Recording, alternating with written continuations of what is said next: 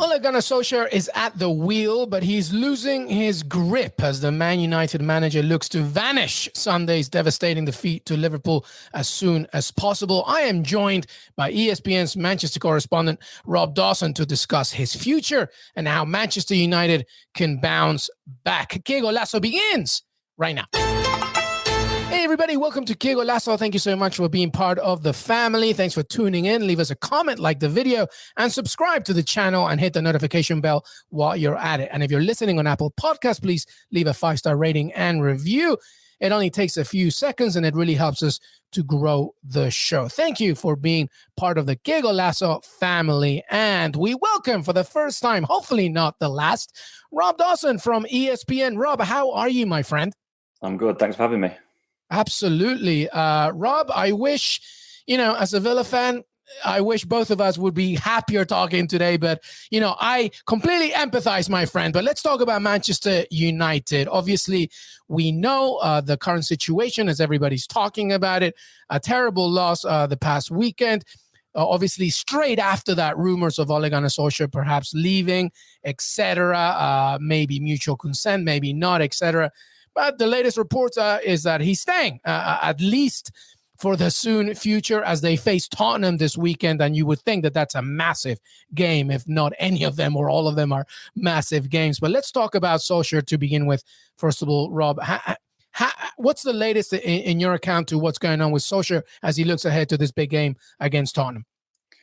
Yeah, I mean, in terms of the latest, obviously they had that devastating defeat to Liverpool. The 24 hours after that, there were serious conversations with people very high up at United that included the manager as well, just to kind of gauge where everyone was at. I think that was only fair given the manner of the defeat to Liverpool. Since then, we've been told that Ole Gunnar Solskjaer will be in charge for Manchester United at Tottenham at the weekend. He took training at Carrington with the squad on Tuesday. They are now preparing for that game at Tottenham, that make or break game really at Tottenham on Saturday. And that's where we're at. I mean, his future has not been guaranteed beyond that. This isn't a case of Man United saying that you've got 3 games to save your job or even the rest of the season to save your job. Literally, the focus is on that game at Tottenham, and the result will depend on what happens going forward, because while he's still in the post right now, his position is very, very perilous. Yeah, absolutely. Basically, some great insight there, Rob, as well as echoing our own Fabrizio Romano from what's going on. Let me ask you about Solskjaer for a second and his relationship with the squad. Do you think, perhaps based on guesstimation, but maybe even a little bit more than that, has he lost the dressing room? Do you think is there a miscommunication and a level of mistrust as the bridge of connection breaking between him and his players? Yeah, I mean, I think there's an element of that, certainly. I think there are players who are frustrated, unhappy, for a variety of different reasons, whether they're playing or not, whether they believe that Ole Gunnar Solskjaer is tactically good enough to lead Man United, whether they're going into games as well prepared as they could possibly be. I think it's important to point out that it's not the entire squad. That there are dissenting voices certainly within that group. I think some of those have made their feelings known to Solskjaer personally, in team meetings and in private. Others have gone about it in a different way. But there is also support for Ole in that dressing room. I think if he'd lost the entire dressing room, we wouldn't be having this conversation. Ole Gunnar Solskjaer would be gone and we'd be talking about a new man. So the fact that he is still here suggests that there is support for him still in that dressing room. It's tough now for him, because once you lose sections of the dressing room, it becomes very, very difficult. Once they start to doubt your ability as a manager, it becomes very difficult to win that back round. And we've seen in the past with different managers and different clubs, it tends to only go one way. Whether it's a week, a month, 6 months, it goes one way and the manager leaves, because you can't sack an entire squad of football players. So it's going to be very, very difficult for Ole Gunnar Solskjaer to wrestle this back. He has at least got the opportunity to do that, and it will start at Spurs, but it's going to be very, very tough from here. Yeah, obviously, no manager wants to lose the trust of any player in the dressing room, but specifically, I think it's more important when we talk about a club like Manchester United, and there are specific names there that if you lose their specific trust, then that becomes a problem. Do we know about the relationship between him and Cristiano Ronaldo, for example. I'm also thinking Paul Pogba as well, and maybe Harry Maguire. Are they on one side or the other? How's that going between their main stars, people that he really needs to account on? Yeah, I wouldn't like to sort of point out players name by name because obviously it's a very fragile situation at the moment. Yeah, but there are superstars in that dressing room who are not convinced that the club is going in the right direction. You've named a couple there who are used to winning every single week. They're used to winning football matches and trophies, and playing for the best teams. They are not used to being beaten 5-0 at home to your arch rivals, and that will have stung an awful lot of them. When you move away from even that core group, there are players there, good international footballers who don't believe they're being given enough of an opportunity. You've got players like Donny van de Beek, Edison Cavani, Jesse Lingard, all very, very good football players who are looking at the team not performing, the same players playing every week and wondering, what do I have to do to get into this team? They're coming on for 5-10 minutes and doing well. They're performing well in training. The team gets announced on the Friday for a Saturday game and they're not in it. And that upsets a lot of players. It's not nice. And,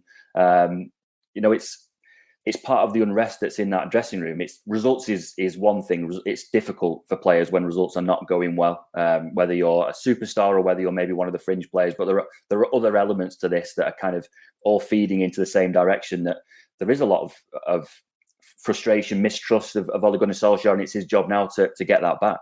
Yeah, hence your point about why Tottenham game is a massive one, of course. All right, listen, it's not all about Ole Gunnar Solskjaer, right? The decision makers here are massive. The board specifically, I mean, Ed Woodward, Richard Arnold, Sir Alex Ferguson, of course. What's their role in this situation?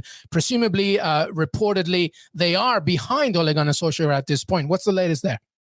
Yeah, I mean, they are behind him because they've kept him in a job. And you're talking about the real power brokers at Old Trafford. I would add into that people like Darren Fletcher, who's newly appointed technical director, John Murtagh, who's director of football.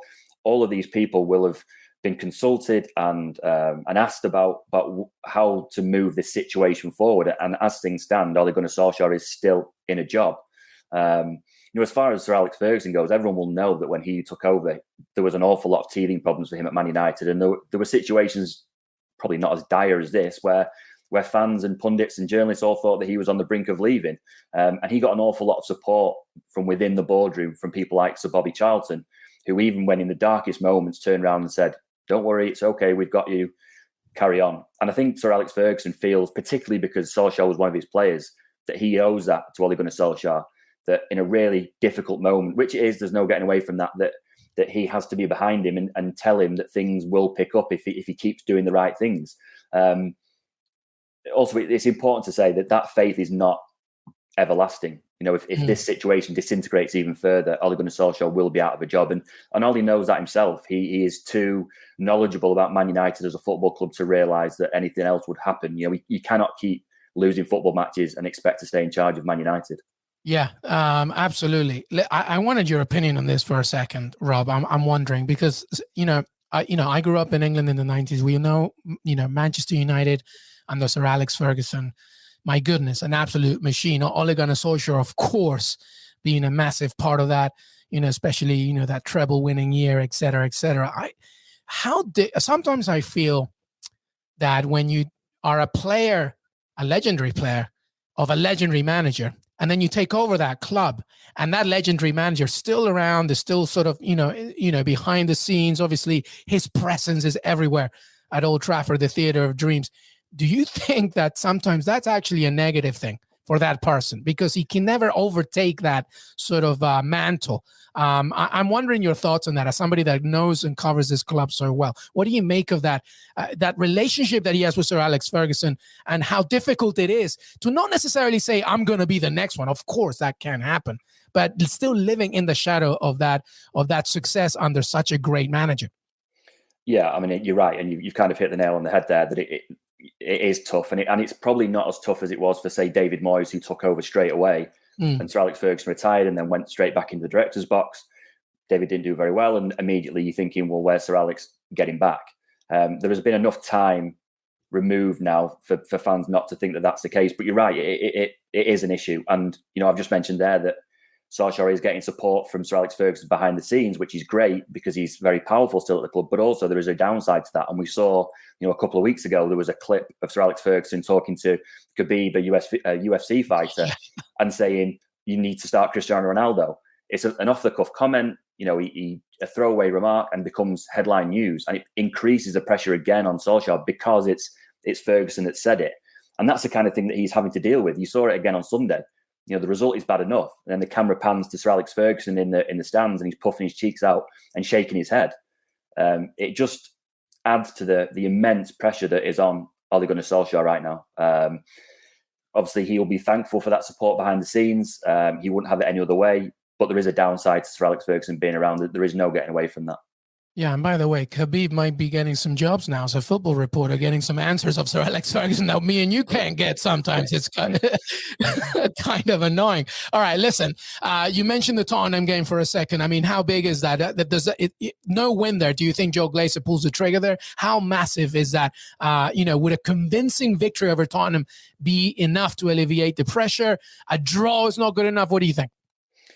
I mean, I don't even think it would have to be convincing. I mean, I think the time for 1-0. Yeah, I think the time for stylish victories has been and gone. He needs to win that game. More than that, he needs to not lose it. I think if he loses it, the case to keep him even this week would just evaporate even further because he's already on thin ice as it is. Another defeat against Spurs, who again are not playing well. I'm not sure that there's much coming back from that. He needs his team to keep a clean sheet. First and foremost, he needs not to lose. He needs a scruffy goal, maybe a 1-0, just some kind of platform, even just to get him through these next 3 games. They've got Spurs, they've got Atlanta away, they've got Man City before the international break. He needs to get through these 3 games as best he can. It doesn't have to be fancy, it doesn't have to be pretty. He just has to get through, regroup, create a platform for himself, and see where he is. And he can't really look much further forward than that. Yeah, here's one for you, Rob. I really would love your opinion on this. It's something that we talk about on the show a lot.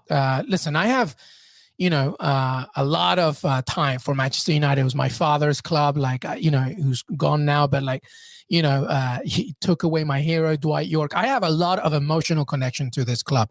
So when I talk about them, I really sometimes try and think like a lifelong Man United supporter. And sometimes I feel that fans have given way too much defensive support to Ole Gunnar Solskjaer because of the things he did as a player. I feel that for a long time, actually, even before Liverpool, there's still an identity crisis here with this club. And I feel that the Liverpool thing kind of woke a few fans, perhaps. Was the Liverpool defeat, do you think, a bridge too far for some Man United fans trying to be supportive of a club legend? Do you think that Liverpool game really woke up a lot of others who were still supporting them? What do you think? Yeah, certainly. I mean, it certainly was. A bridge too far. Yeah, totally. You cannot get beaten 5-0 at home by Liverpool. But it's interesting because I was in Poland for the Europa League final in May. Obviously, there was COVID restrictions. It was a very difficult game to get to. The fans who made it there were hardened, match-going fans who have been going for decades and decades. And after that game, you saw them in the streets and listened to what they were saying. And a lot of them at that point had turned. These aren't just fans from different countries who voice their opinion on the internet. These are match-going, hardened fans who, even at that point, were saying, "This isn't right. There is something that's gone wrong here. That he is not the man. He's not tactically good enough to take the team forward. He's done a great job rebuilding after Jose, but in terms of taking the team to the next level, he's probably not that right man." And that was in May.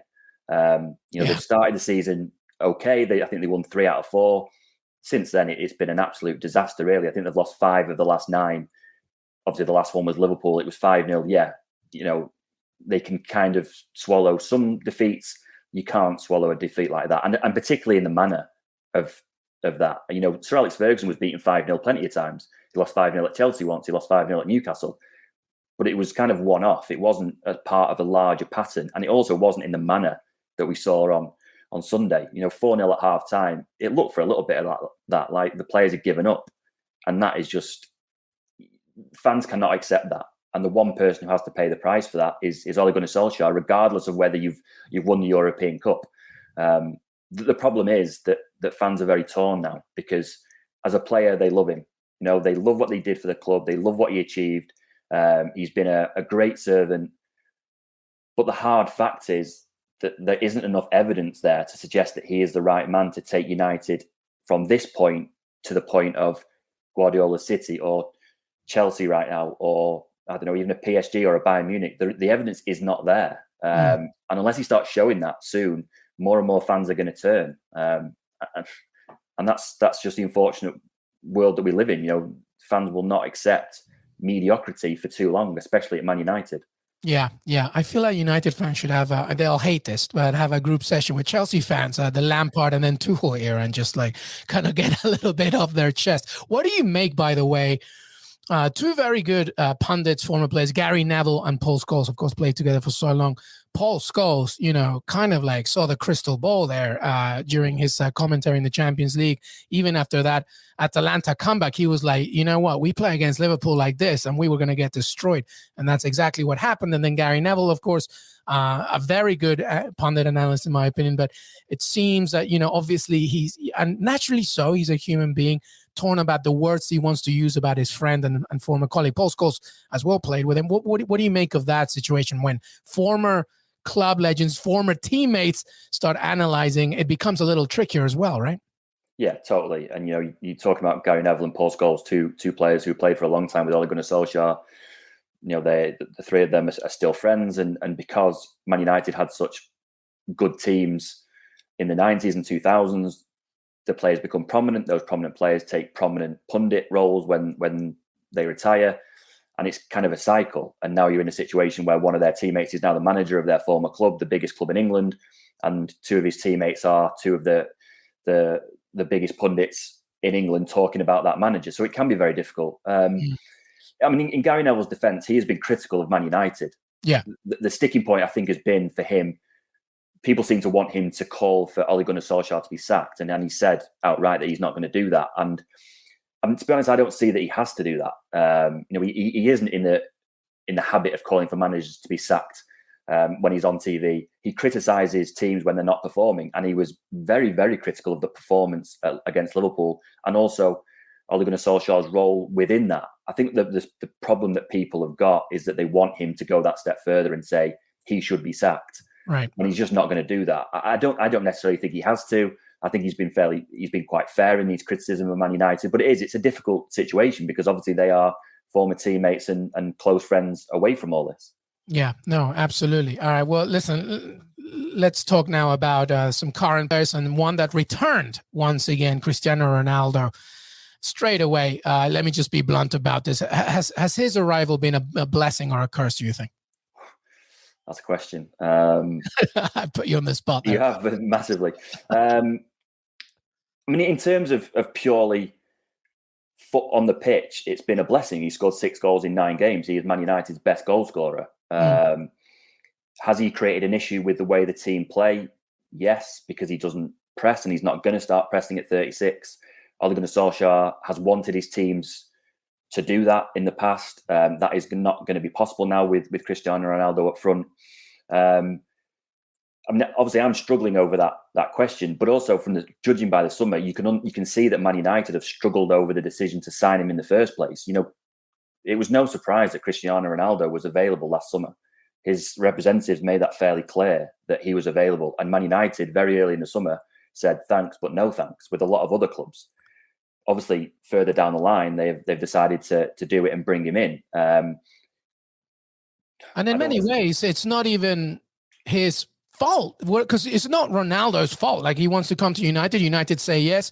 You know, it happens, right? It's more about the necessities that United needed prior to Ronaldo's arrival, or the fact that Jadon Sancho already came and, you know, he's kind of occupying Sancho's spot. So all of this is actually, it's not even a Cristiano Ronaldo, pointing fingers at, but rather the thinking behind it when you clearly know that you still need another defensive midfielder, et cetera, et cetera. So I guess that's a conundrum, right? Yeah, totally. And I think the criticism aimed at Ronaldo particularly about this pressing thing is misplaced, because Man United knew exactly what they were getting when they signed him.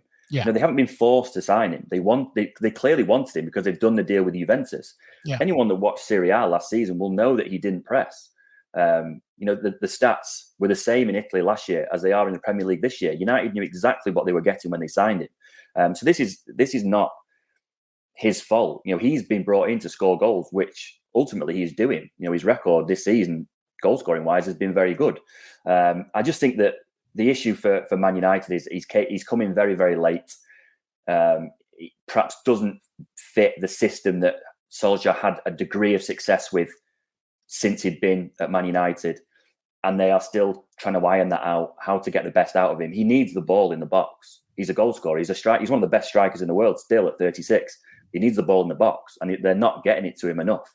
I saw a stat the other day that he's headed the ball 3 times in his own box this season and 2 times in the opposition box. That says everything.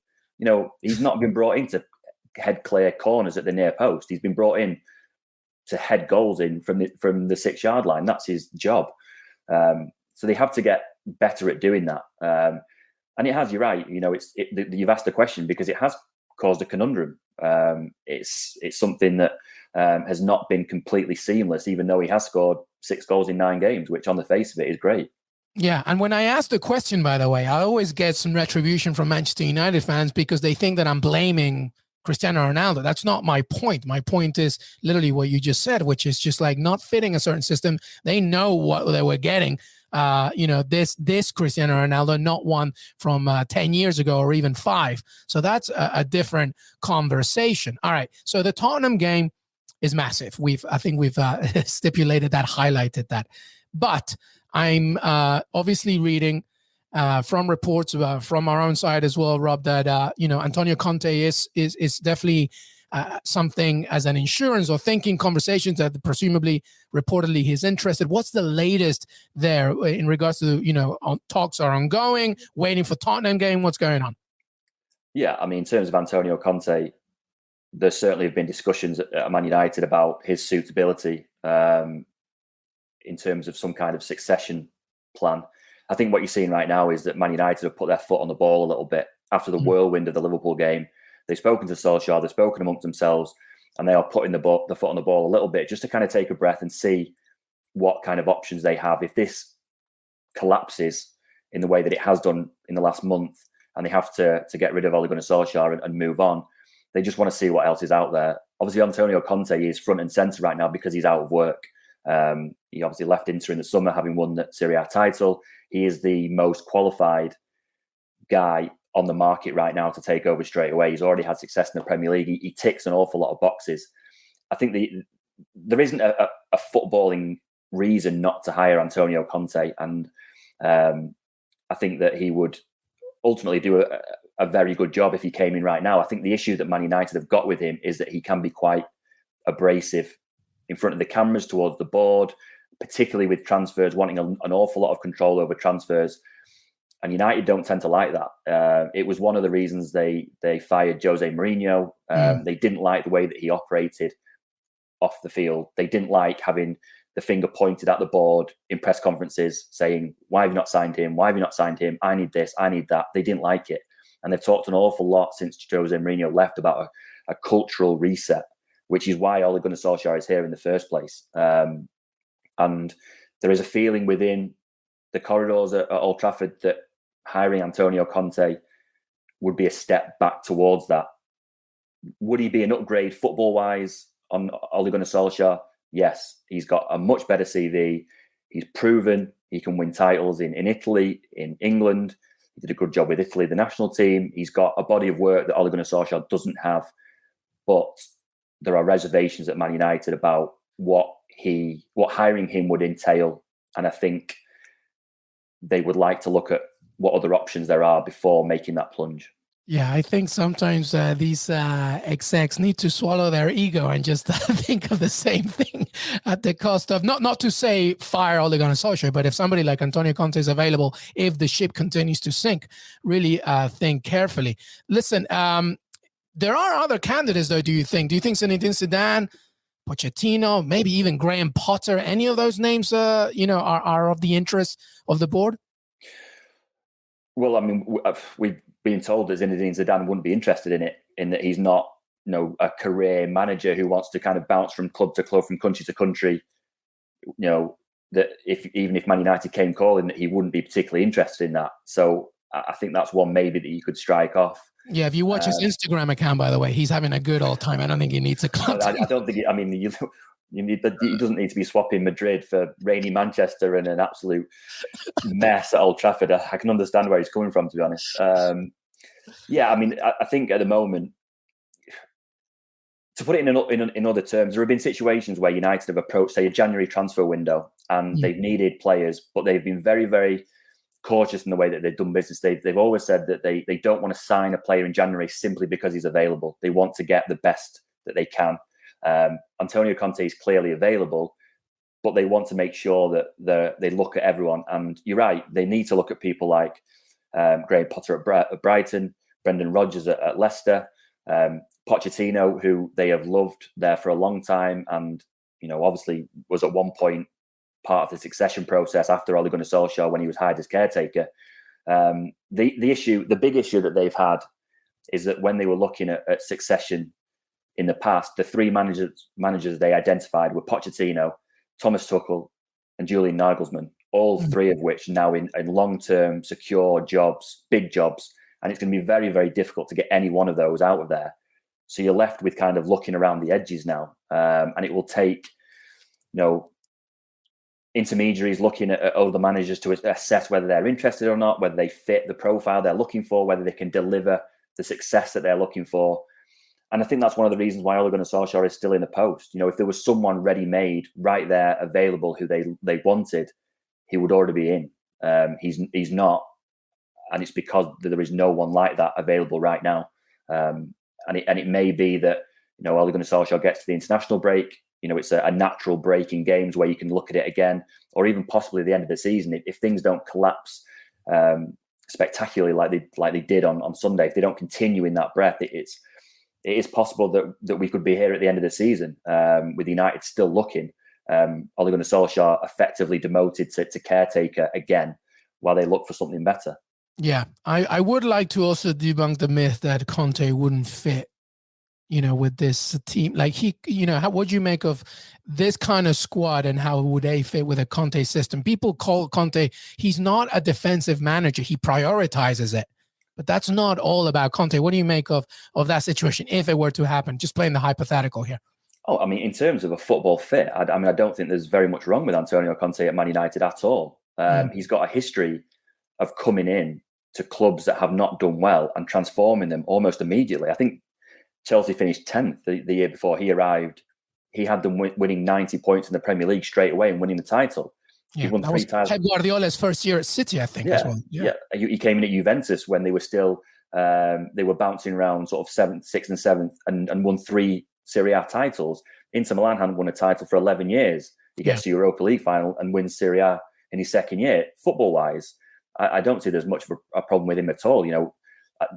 Particularly in England, he wasn't a defensive coach. I think they scored the best part of 80, 90 goals in the Premier League. He improved individuals. He improved players. Marcus Alonso was one. Obviously, he fell out with people like Diego Costa, and he has been abrasive in the past. But I think the raw materials are there at Old Trafford. The players are there for him to be a success. I think the issue that United have got with him possibly is away from the training pitch, away from the football pitch.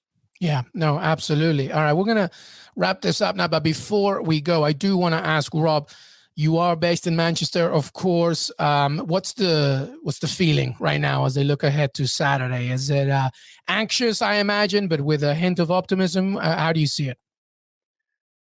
I think the mood in Manchester is that Ole Gunnar Solskjaer is going to be sacked. Right. Frankly, I think that most Man United fans will get behind the team on Saturday. They desperately want Ole Gunnar Solskjaer to do well. Even as a journalist, myself included, he's a good man who has worked with Man United at the forefront of his plan, not himself. He has done his very, very best to do what's best for Man United, and I would love to see it work out for him. But I think the mood in Manchester is that they are resigned to him losing his job, and that whether it's on Sunday morning, whether it's in 2 weeks in the international break, whether it's at the end of the season, that we are seeing the end of his reign at Old Trafford and possibly the start of a new one. Obviously, the timing right now, we don't know. It will depend largely on what happens on Saturday. And maybe he does turn it around. Maybe he goes on a wonderful run. He beats Spurs. He beats Atlanta. He batters City 5-0. And everything's rosy again. But a lot of Man United fans cannot see it at this point. Well, there you have it. The scenes from Manchester as United and Ole Gunnar Solskjaer look to rectify things. Anxious days indeed. Rob Dawson from ESPN. You can follow him on Rob Dawson ESPN at Twitter. Fantastic stuff. Rob, thank you so much, my friend. You're welcome. Thanks for having me. Thank you. And thanks for watching, everybody, and listening. Follow the Qué Golazo podcast on Twitter, Qué Golazo Pod. Subscribe to the Qué Golazo page on YouTube and hit that notification bell. And, of course, subscribe to Qué Golazo wherever you get your pods. Rob, thank you so much. Thank you, everybody. Have a great, great rest of your week.